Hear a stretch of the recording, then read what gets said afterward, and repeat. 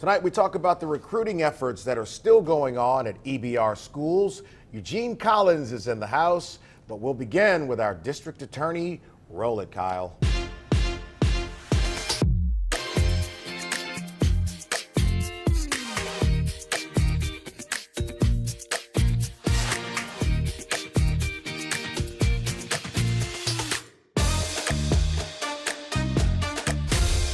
Well, as we move into September, it's still one of the subjects people talk about a lot around these parts, and that is the homicide rate and public safety. We'll start the show tonight with District Attorney Hiller Moore from the 19th JDC. Last week, he spoke to Rotary, and you were able to address some of the homicide numbers here in East Baton Rouge Parish. In fact, as of this week, and as of this recording time, there have been 72 homicides this year. There were 114 last year. Did you know that since 2008, there have been over 1,400 murders here in East Baton Rouge Parish? Homicides are down by about 20% across the parish right now, which is good news, but any one is still one too many. Yeah, we had one really bad month, and that month was this year, sorry. That month was May, which was somewhat unusual. 16 in May. And then if you look 2 years before in January, we had 17, which is just outrageous. But our numbers have been going down since the COVID years, which is what you want to see. But more importantly, the number that's the telltale basis for all of this is shots fired and non-fatal shootings. Those are significantly down, around 25%. So on the positive side, homicides are down about 20% as we speak. Non-fatal shootings are down. And during the summer, I had this conversation with someone a couple of days ago. The summer was down a lot, and were we able to keep domestics down or eliminated, we would have had one of the safest summers in the history of this parish, right? Yeah, so in the peak of the COVID year in 2021, we had 36 domestic violence homicides. The next year, 2022, we had 24. Yeah. This year we're at 8. Yeah. So that number is significantly going down, which really impacts the bottom line here. Also, you know, whether it's a fluke or not, look, we went 30 days in Baton Rouge without a murder. In August, we saw 2 murders, which is just unheard of here historically for the years. August and July. And July had 8. So there were, by your count here, 12 this summer, if you say June, July, and correct, August. which is unusual. Now, September, we unfortunately had a murder this morning. Yeah. And so we're at 2 for September, which is, September's normally a big month, so is the next month, but they are coming down. But the other news is this, is that we say that we're down around 20% overall for the parish. Right. The city is actually down more than the parish is. Right. Which normally it's the other way around. Right. But for the sheriff for this year, for some reason, had 6 homicides in January.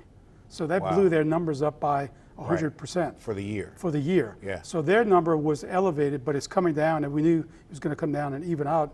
So I think we're on pace to have a better year than last year, which was our best in 3 or 4 years. But we're still at a number that's not acceptable. One is too many, but here's the thing. This has always been an elephant in the room. We're down, as you say, 20% across the parish. More in the city. There are people who call BS on those numbers as if they're made up, that it can't be true that we're down. No, I just saw it a couple weeks ago at the press club, and I'm thinking they're basically saying you're making these numbers up. What's your response to that?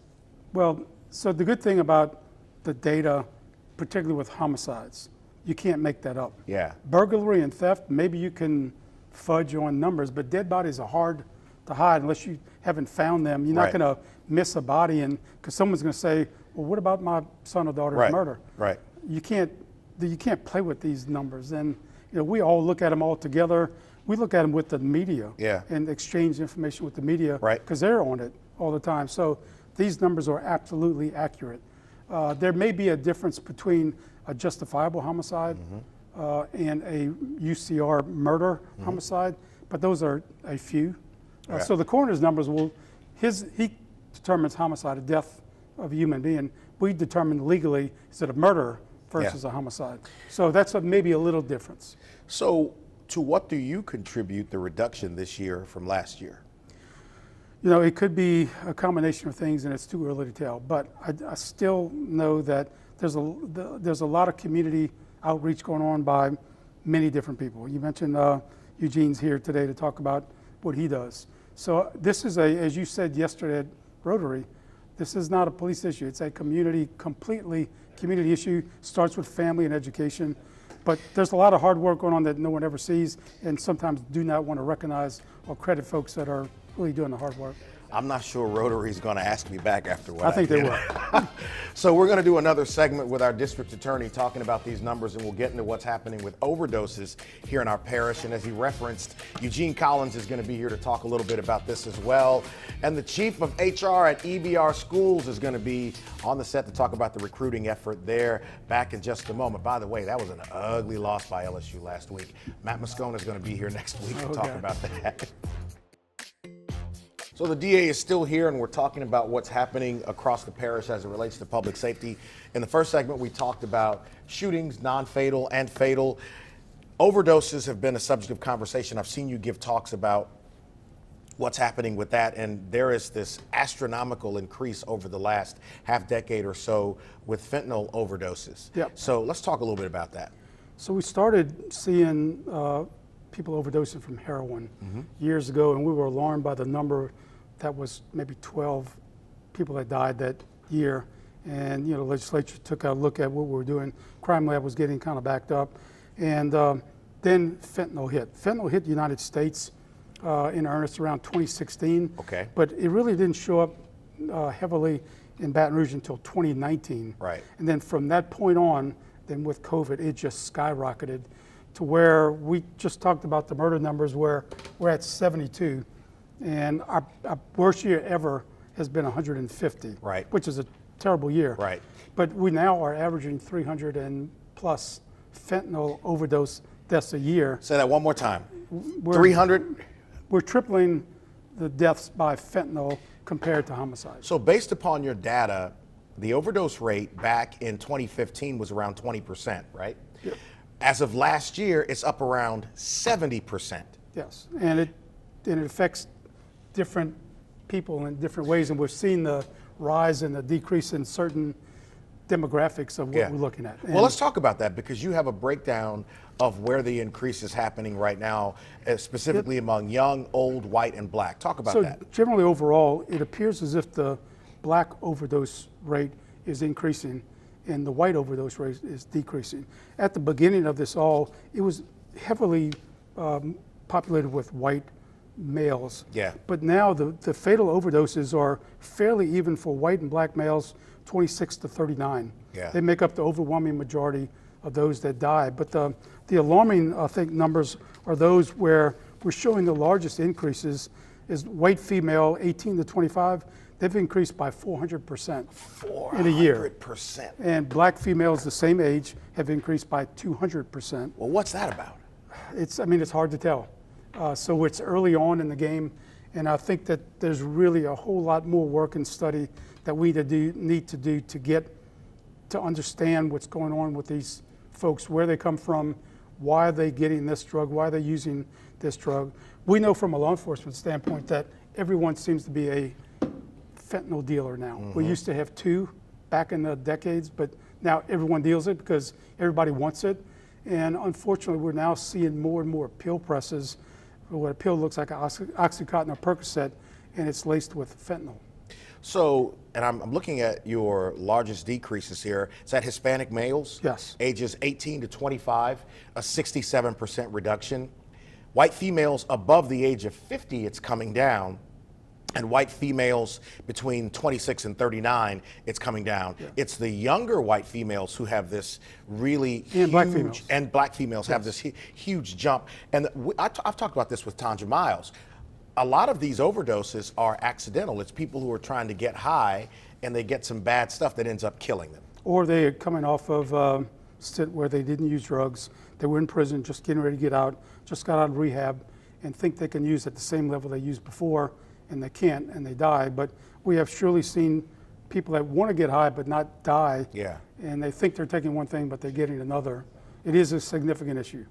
Let's talk a little bit about legislation that we saw passed recently in the last couple of sessions that deal with public safety. Yes, so Baton Rouge Area Chamber and Foundation worked with us. We passed the first gun law that we've ever passed in decades, where we made a machine gun and a machine gun device illegal. And we've never had that before. So now it's illegal to possess a Glock switch, so-called Glock switch, or auto sear, which makes a long gun fully automatic. And with one pull of the trigger, you can shoot 80 rounds at one time in 3 seconds. So what's the consequence? So the consequences now, it is a felony, and it's up to 10 years. Okay. And the NRA signed off on that bill. You got the NRA to sign off on that? Which was a big win. Citizens of Trey Godfrey helped us writing the bill. The other one was the fentanyl bill, increasing the penalties for the amounts of deadly fentanyl that causes great bodily harm or death. So that helped us a lot. We have seen some dealers get out of the business because of the increase in penalties from what we get from intelligence. They need to get out of the state. The other bigger part that Trey Godfrey and BRAC helped us on was the ankle monitor legislation. Because the state up to August 1st has no rules or regulations for monitoring an individual who's on an ankle monitor. There's no rules that say that once the battery is low or he's out of his inclusion zone, you must notify law enforcement or the judge. Now it requires that, and we're in the process of promulgating those rules right now. That's going to be a big game changer for how we do business, and because the idea is to give someone an ankle monitor and have them succeed, not fail, but you have to stay on them to make sure that they're doing it. Well, look, I want to get you and the sheriff and the chief here before Murphy's out to talk a little bit about public safety. I appreciate you, Hiller. Well, you had surgery on his hand. He closed his hand in the door this morning, I guess. It was an ATM machine. ATM. All right, let's talk with Eugene Collins. He'll be on the set next, and we'll talk about the recruiting effort at EBR schools before we're done. So for 5 years, this gentleman was president of our local NAACP chapter. He just told me during the commercial break that Dr. Tia Mills is going to be replacing him now in that post. And 5 years is not that long, man. I thought we were going to have you there for a little while longer. I mean, you know, it only takes up about 18 hours of your day. I mean, come on. only 18 hours, man. You know, I've been in advocacy now for so long, right? Probably in my second decade of like doing this stuff, man, and I did a lot of things on the state level too. So it's been a heck of a ride, man. I've enjoyed it. You know, the last time you were here, we were talking about an issue in Lafayette where an officer was pounding on a young lady who was on the ground at after a party or some neighborhood event that had happened there. And, you know, I told you then that I love your courage. And it's always been fascinating how nuanced you are about these issues. I spoke to Rotary this week, and I talked about the issues that create the potential for criminal activity. You know, lack of resources, lack of knowledge of where resources are, education issues, destructive homes, addictions, all these things. And now people are finally starting to say, well, maybe we should pay some attention to this stuff. You know, after all these years, people are starting to figure it out. But you have been at the forefront of making people understand that issues also of social justice, if not addressed, can create more issues. Talk a little bit about that. You know, and it's so good to hear people talking about that, right? Because, you know, Clay, back in the day, they were throwing me out of rooms for saying that, right? Well, you know, all it takes is a few good shootings on Bluebonnet, and then everybody says, let's have a conversation. Yeah, it's about economics. Yeah.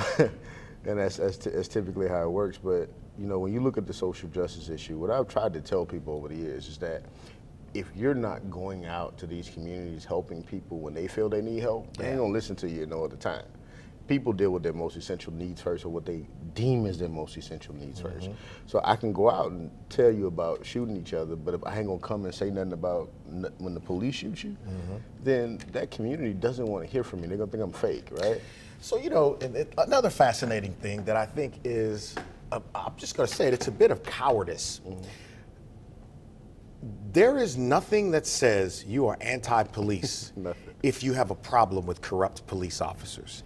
It's like saying you are an atheist if you have a problem with abusive clergy. It's specious. The argument makes no real sense. It's not anti-cop, it's anti-corrupt cop. Well, it does make sense when you think about the contextual reference of where it came from, right? Okay.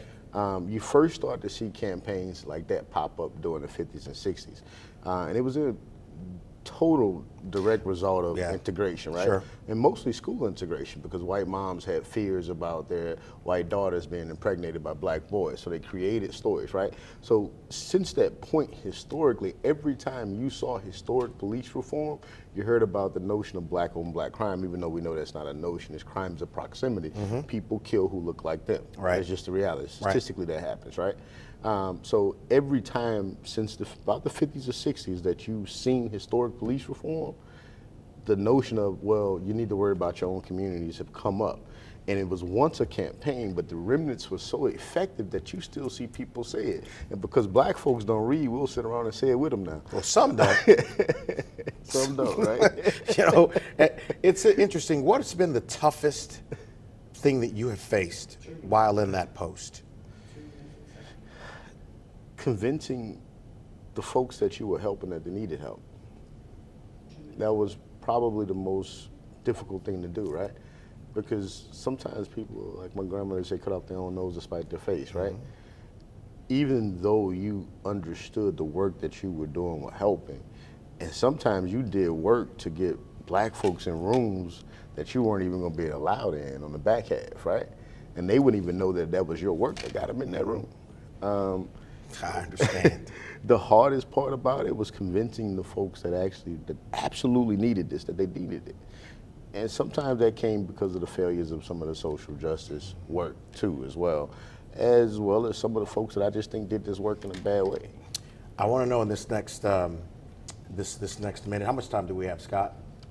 All right, 1 minute. In this next minute, what's next? So I know you're not going anywhere because we're not letting you get. So what's next? I'm still gonna be in the fight. I know you are. I'm taking a little break here, but I'm gonna be honest with you. We'll give you a whole 10 minutes. A whole 10 minutes. No, but I'll be honest with you. Like where I see social justice going, where I see advocacy going, I don't like it. I look at it today. I look at the young advocates and activists coming up. It seems like too many of us are looking for that viral moment rather than actually looking for the goals.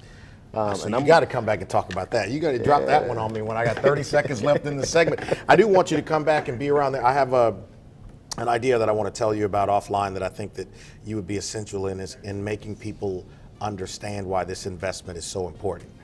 Yeah, Eugene Collins. Listen, next week, Paris and Peyton are going to be back to give us an update on what's going on with them. We're going to talk with Matt Moscona about LSU football and Golden Wings. I got a chef coming who's going to make some wings in the studio. Scott can't wait. Back in just a moment.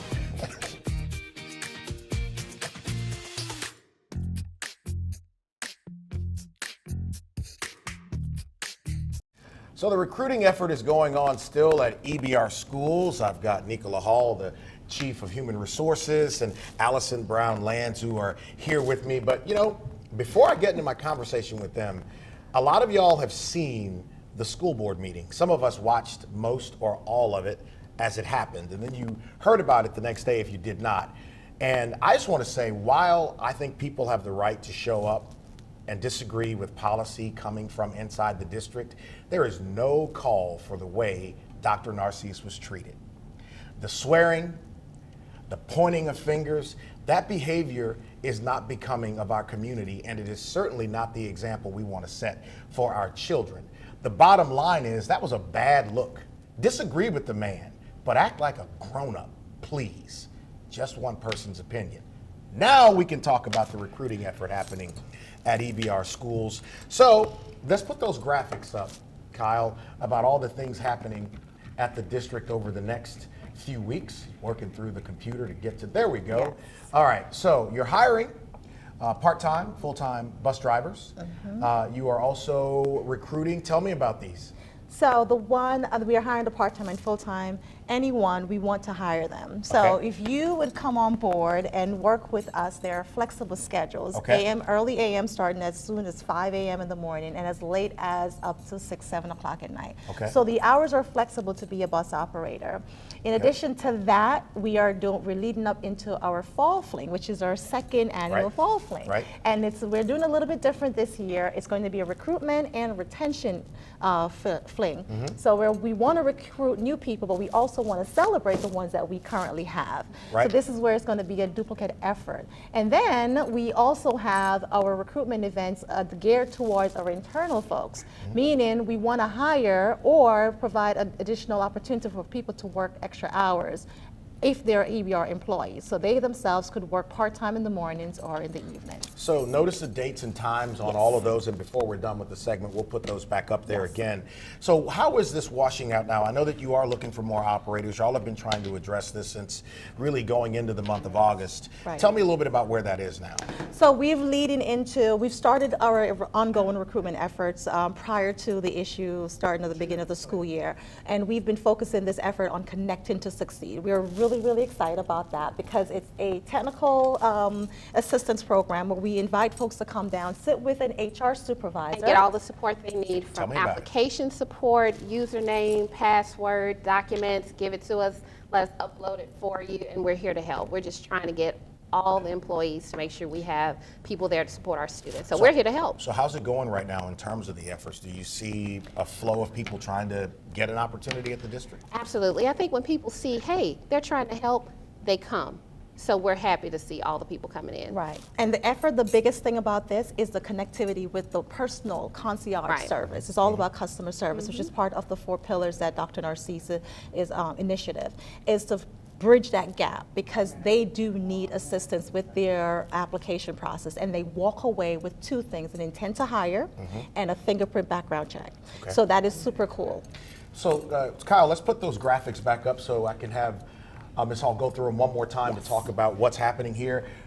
This one? This is, so this is our Connecting to Succeed. This happens every Tuesday. In the month of September. Every Tuesday in the month of September, leading into October 3rd, which leads into our fall fling recruitment and retention. Okay, and then this next 3 that we talked about earlier. So this is just our ongoing flyers that we're going to be promoting for full and part-time bus operators. Our fall fling is in the middle, and also our recruiting event for EBR PSS employees for part-time working hours. Look, I appreciate the work y'all are doing over at EBR Schools. Thank y'all for coming on. No, we appreciate you. Guys, next week we got Paris and Peyton coming back. Matt Moscona is going to be back in studio to talk about LSU. So bad. And then wings, golden wings, right here next week. Y'all have a good weekend.